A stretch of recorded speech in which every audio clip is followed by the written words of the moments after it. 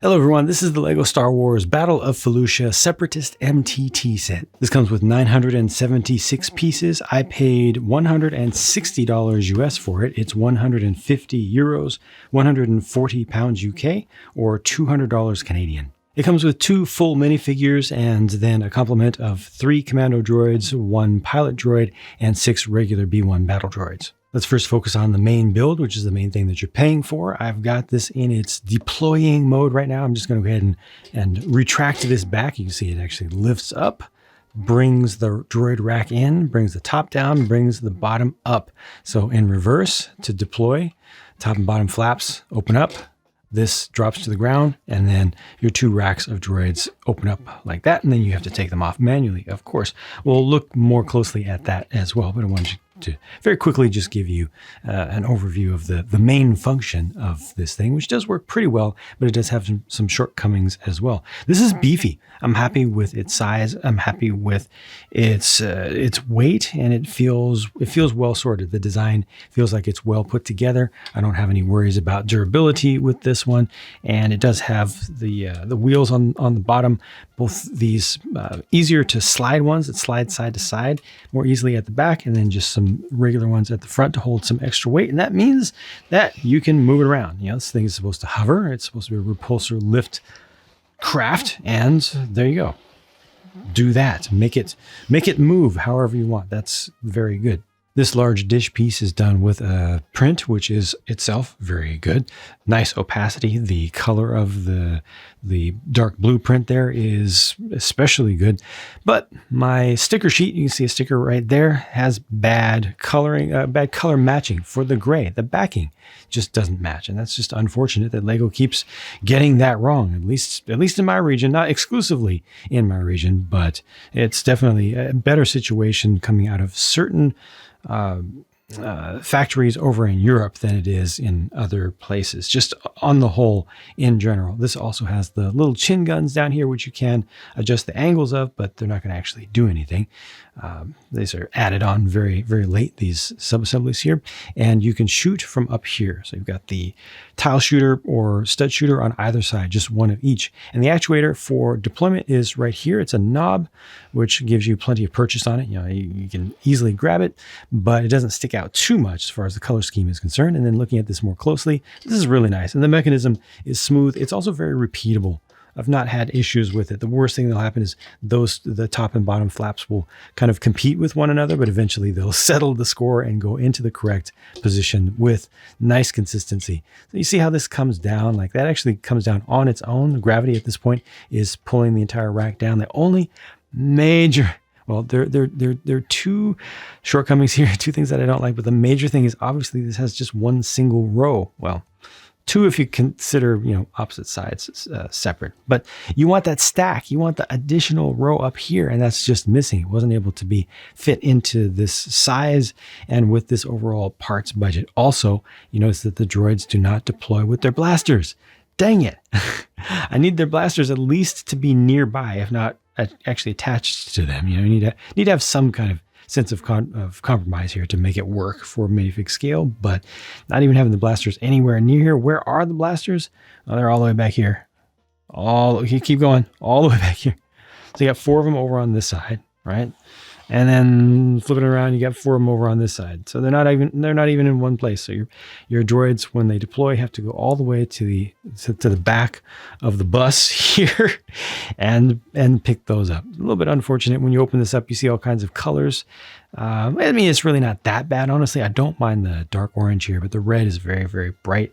And that's just kind of part of LEGO standards for how they have you build things. They want you to be able to identify parts very, very easily as you're going through the process, because not everybody is a super, really, really advanced LEGO builder, and definitely everybody benefits in terms of speed, efficiency, and likelihood of getting things right the first time if things are color-coded more, and that's why they use so many colors on the inside. And look, this mechanism is just so smooth. It works so reliably. I really can't get enough of that. I just like going back and forth with it. Works, yeah, just very, very nicely. But that's it for, well, quite a bit of your interior. You might have noticed something over here as well. I'm gonna open up the back from here now, because all of this comes down. All this opens up. gives you access to kind of the boot, the trunk, and that just has a spot where down here you have the kind of the rack for the main deployment feature that goes underneath, safely underneath this right here, which is a single step, just one, but it does have the stand. It's nice that they included the space for the stand to go with it. And this is a fairly standard design. They have a number of different variations on this general theme, but it's pretty straightforward. And these things work, I think, well, scale well to the figures. And it's nice to just have that little nostalgic hit of the classic megaphone pieces as well. To get access to the control cab, these come down here on the sides. They open up, or you can take the top off first. And it's just easier and more confidence inspiring to take it off now. Sorry, I do have a little bit of marker on my finger right there, but this just gives you a spot to have your pilot droid sitting down there and just kind of chilling, just kind of lean back, lay back as gangster lean on. It also has this weapon right here, which is nice and convenient, but there's also a screen there, and that's just one done with a single sticker showing you targeting data in the area, friend or foe identifiers and such. Put this back together, put the head of the thing on there, including its eyes on the front, even though MTTs themselves are not droids. They should be. They do have to be piloted, and that's that. This, again, is built, I think, pretty well. Even though it's fairly hollow, it definitely has enough strength with all of the Technic frame that's inside of it. And I feel like I can grab it from just about anywhere without having to worry about it collapsing. That's the most important thing. Something that's this large and hollow, you have to worry about it collapsing in on itself, and it doesn't. So again, confidence inspiring there.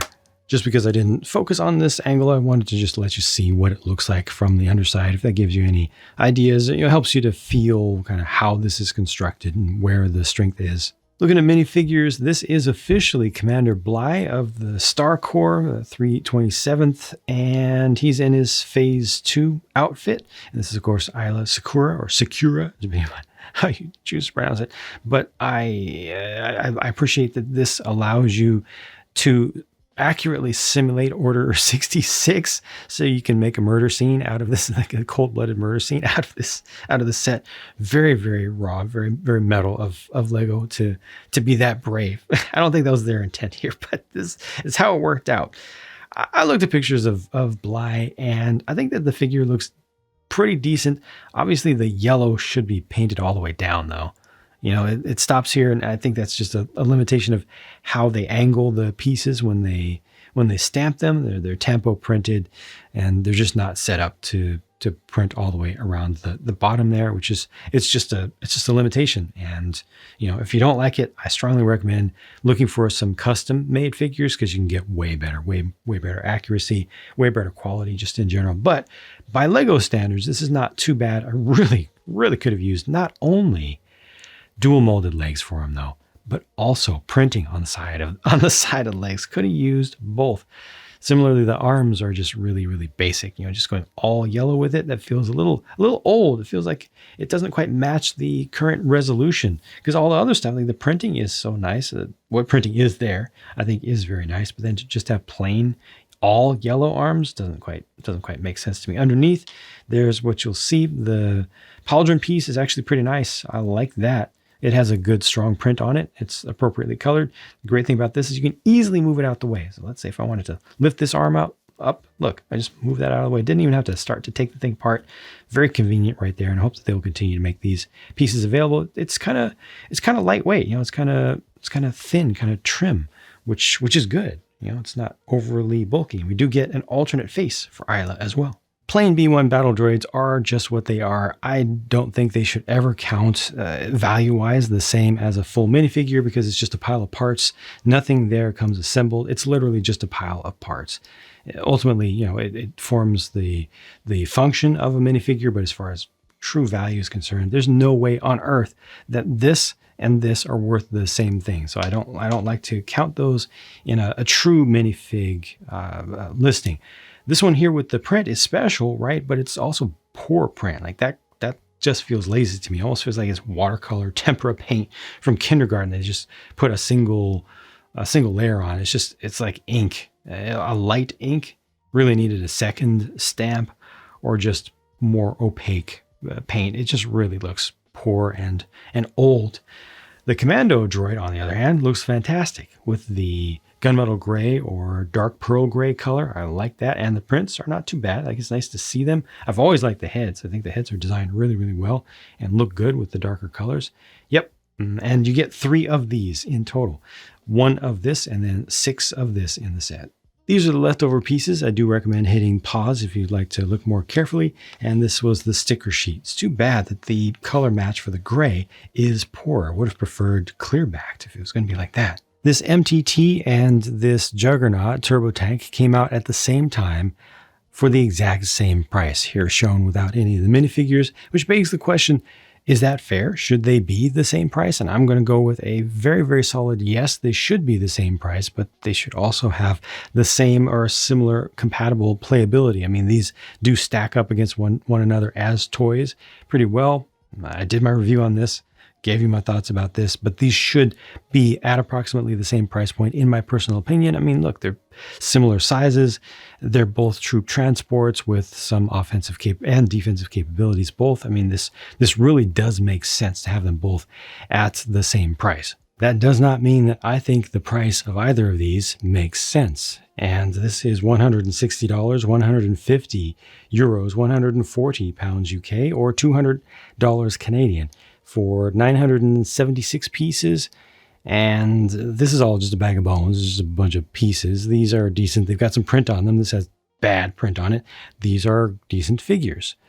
I would like to see this. I'll just throw it out there. I'd like to see this at about $120 US today, personally, which feels like a lot. This is a pretty sizable thing. You know, it's got some chunk to it. And I think that's fair in 2025 for a Lego thing, a licensed thing, a Star Wars thing with this much stuff. I think $120 is a lot. You know, I think I'm being reasonable about that. I think I'm being sensible and you know, not being too greedy myself, saying $120 would work for this. Of course, I would like everything to be cheaper always, but everything is expensive these days, too expensive. Partially just because it can be, because people will pay these prices. Enough people are well-to-do enough to keep paying prices that are, frankly, just ridiculously high.